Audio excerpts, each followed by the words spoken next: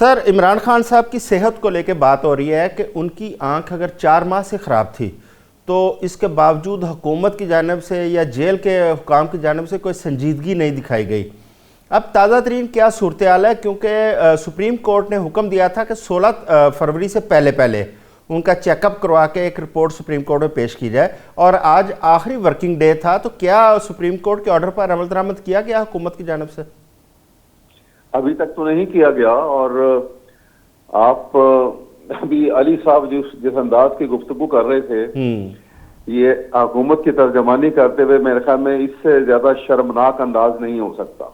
सही है कि एक मरीज वहां पे एक जेल में, और नाजायज जेल में इस लिहाज से कि अगर आप ये भी मान लें कि जी उन्होंने कोई जुर्म किया और उनको सजा हो गई, तो उनका राइट ऑफ अपील था कि नहीं था?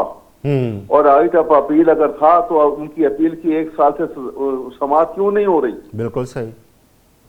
अब तक तो सुप्रीम कोर्ट भी फैसला कर चुका। लोग पहली फर्स्ट एपीलेट कोर्ट जो है जो फैसला करता, और हाई कोर्ट में उसका फैसला होता, और उसके बाद वो सुप्रीम कोर्ट में भी फैसला हो जाता। चलो जो फैसले होते हो तो जाते।